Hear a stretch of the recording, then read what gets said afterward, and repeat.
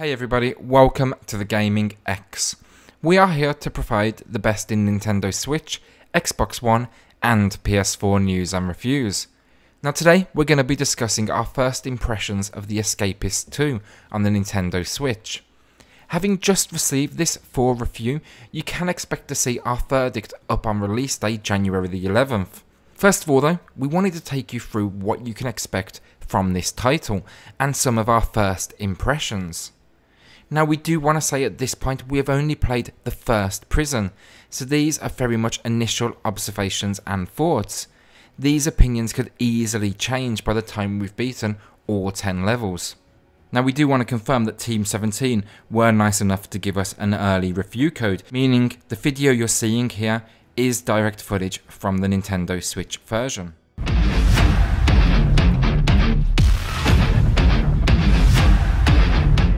So for those that have not played an Escapist title before, let's just quickly run through the premise. In the Escapist, you assume the role of a prisoner of your choice.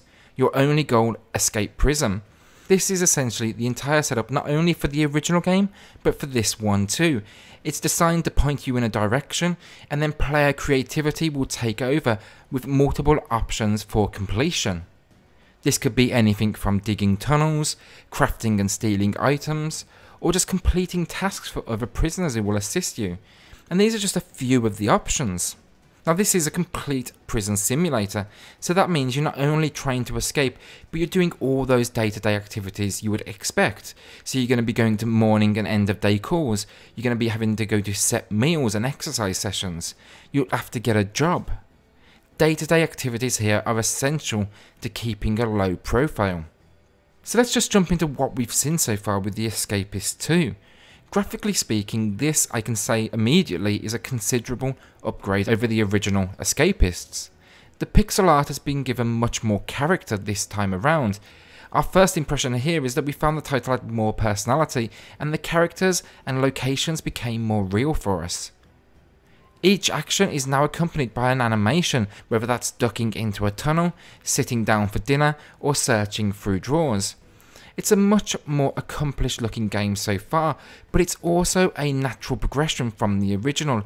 It's lost none of that original charm, nor does it feel like it's strayed too far from the original idea.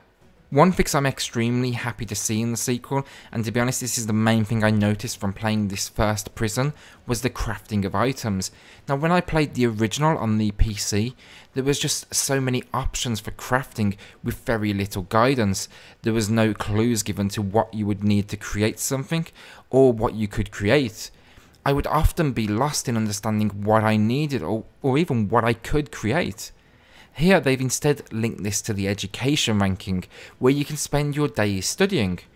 Once your education reaches a certain rank, items will populate within the crafting menu. It will not only tell you what items you can create, but it will give you a breakdown of what items you need to create them. It's a great system which assists the player without taking any of the challenge away.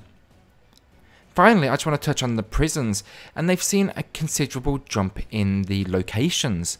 Now while the original game did have some variants, for example the jungle compound, which was a particular highlight for me, the restricted graphics of the original couldn't hide that similar feeling, with the walls and general layout pretty much being the same, with just basically a colour scheme change and the outer location. Here, looking at the selection, transit missions which look like they take place during trucks and boats, and then there's a mission that's in a prison in outer space. We can't wait to make our way through the title and share how some of these look with the new graphical scheme. It's going to give them much more creative freedom to give us a different experience for all 10 prisons. The final thing we will say after the first prison is it feels great to be back. So far the graphics have taken a considerable jump in quality.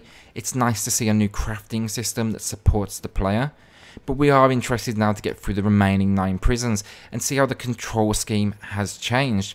We're also really excited to check out the multiplayer options that are built into the Switch with one Joy-Con each. We had high hopes for this title. We thoroughly enjoyed the first game, and we think this could be a fantastic addition to the Switch catalogue. With 9 prisons remaining, there's still a lot of game to get through. We'll be back with our final verdict on January the 11th, where you can expect a comparison to the original and if this is worth adding to your Switch library. We'll see you on the next Gaming X.